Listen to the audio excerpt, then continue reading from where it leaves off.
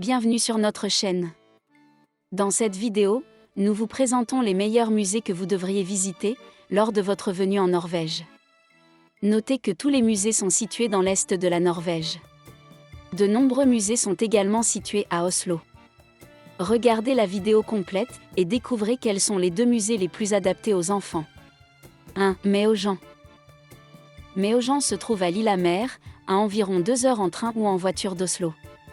Meojan est le plus grand musée en plein air de Norvège, mais peut tout aussi bien être décrit comme une machine à voyager dans le temps pour les sens. Dans l'idyllique musée en plein air, il y a plus de 200 maisons historiques, du XIIIe siècle à nos jours. Toute l'année, il fait bon s'y promener et se faire une idée de la façon dont nous vivions autrefois. Le village avec ses maisons, à colombage, raconte l'ancienne communauté agricole. Dans The City, il y a une rue principale et des immeubles d'appartements comme dans une ville de l'intérieur vers 1900, tandis que le Housing Field montre l'histoire récente avec des maisons individuelles du XXe siècle. À Boligfelt, vous pouvez voir la maison des années 1930, qui était la maison d'enfance de la reine Sonja. La maison n'est ouverte qu'en été, mais le reste de l'année, vous pouvez regarder à travers les fenêtres. La maison était à l'origine à Oslo, mais a été déplacée ici au musée, et restaurée comme elle était lorsque la reine et sa famille y vivaient. La maison a été construite pour la famille Haraldsen, et a été achevée en 1935. Sonja a vécu ici la plupart du temps, jusqu'à son mariage avec le prince héritier Harald en 1968. Ils se sont réunis en 1959, et ont dû attendre 9 ans, avant d'obtenir l'approbation du roi Olaf pour se marier. Pendant ce temps, Tuanjan Alléimbé, chez la mère de Sonja, était l'un des rares endroits où ils pouvaient se rencontrer. 2. Le musée Kon-Tiki. Thor Heyerdahl, qui a vécu de 1914 à 2000, a acquis une renommée mondiale lorsqu'il a traversé le Pacifique en 1947 avec le radeau en balsa Kon-Tiki. Des navigations spectaculaires ont suivi, avec les bateaux de Rosaura et Tigris. Au musée Kon-Tiki, vous pouvez voir des navires originaux et des expositions mises à jour sur les expéditions de Thor Heyerdahl, qui incluent Kon-Tiki, Ra, Tigris, l'île de Pâques, Fatuhiva, Tukum, Galapagos, une promenade dans la grotte de 30 mètres de long, sous l'eau exposition, avec un requin-baleine de 10 mètres de long, la bibliothèque de Thor Heyerdahl, la personne Thor Heyerdahl et la culture pop Tiki. Le film oscarisé Kon-Tiki de 1950 est projeté tous les jours à midi, dans le cinéma du rez-de-chaussée. 3. Le musée Munch.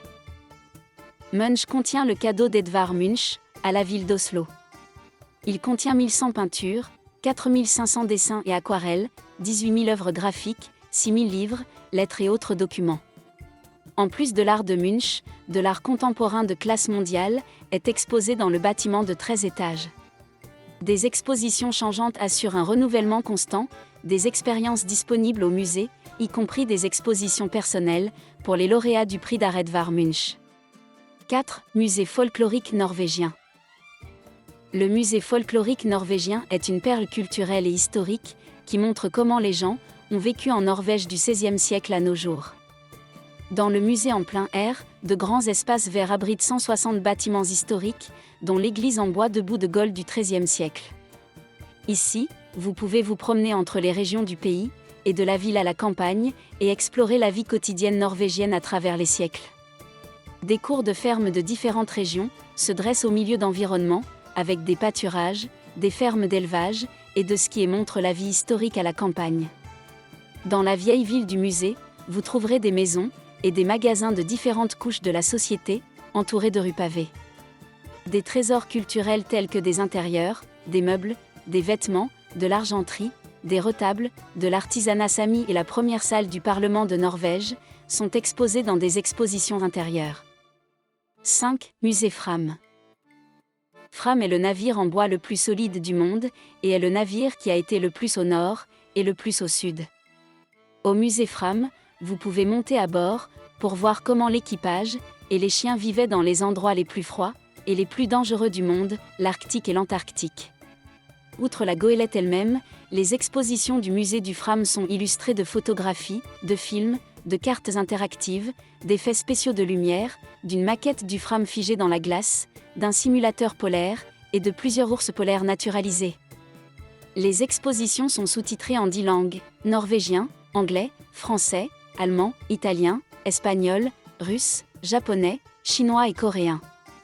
À côté du bâtiment principal, se trouve le bâtiment GEGIA, avec des expositions sur l'Arctique, les régions du Nord, et le passage du Nord-Ouest, depuis les premières tentatives, il y a 400 ans pour trouver une route du Nord vers l'Est, jusqu'au dernier voyage de Roald Amundsen en 1903-06. 6. Bâtiment Eidsvoll. Le bâtiment d'Eidsvoll est l'un des principaux symboles nationaux de la Norvège, car c'est là que la constitution norvégienne a été rédigée et adoptée en 1814. Eidsvoll est situé à environ 1 heure au nord d'Oslo.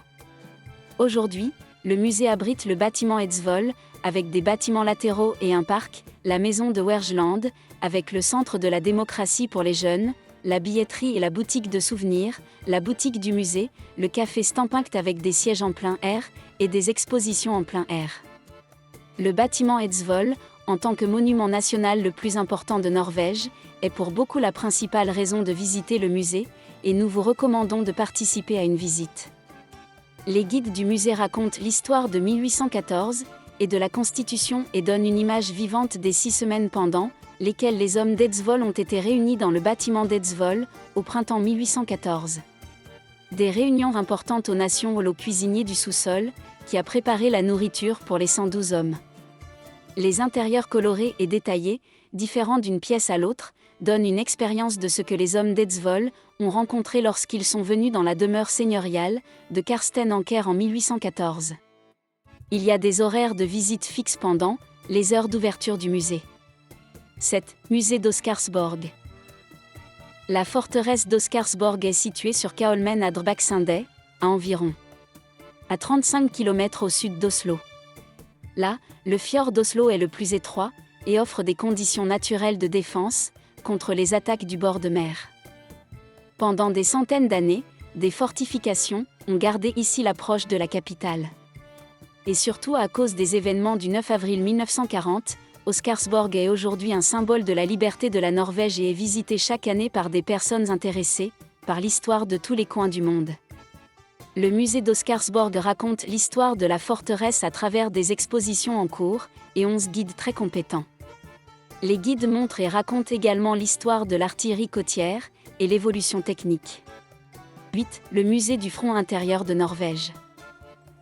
Le musée est situé dans la forteresse d'Akershus et offre une image des événements les plus importants qui ont eu lieu en Norvège pendant l'occupation allemande de 1940 à 1945. L'exposition montre plusieurs aspects de la lutte de résistance et de la vie quotidienne en Norvège pendant la Seconde Guerre mondiale.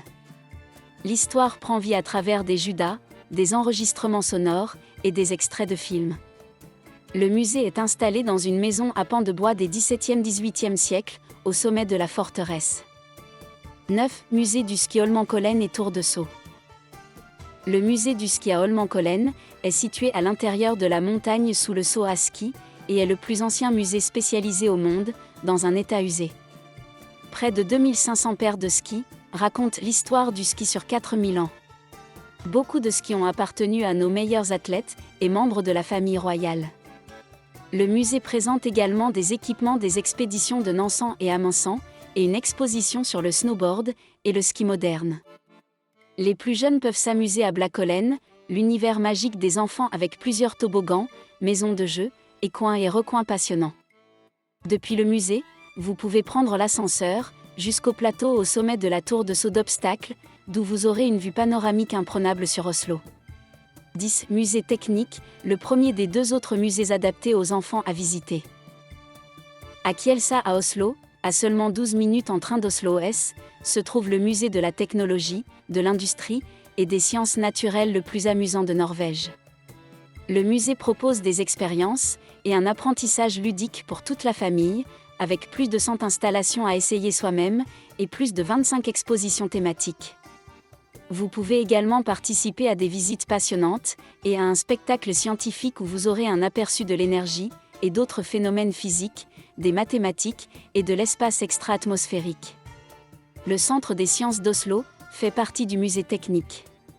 Au centre, vous pourrez expérimenter les mystères de la physique et explorer d'étonnants phénomènes scientifiques naturels.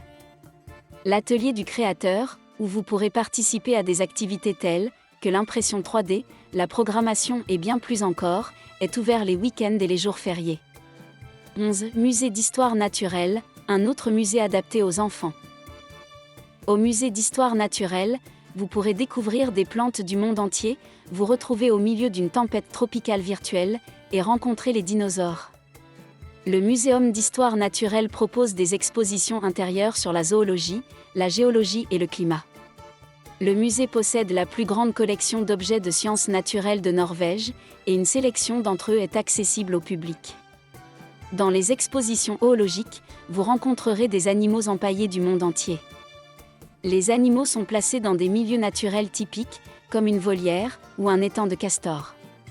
Vous apercevrez la faune arctique, les pingouins en Antarctique, les chimpanzés et les okapis dans les forêts tropicales africaines, et bien plus encore. Une maison entière est remplie de fossiles et de cristaux, des objets que vous ne pouvez voir nulle part ailleurs. De grosses pierres précieuses, des météorites, des dinosaures, des pépites d'or, et toute une grotte de cristal, sont également proposées par les expositions.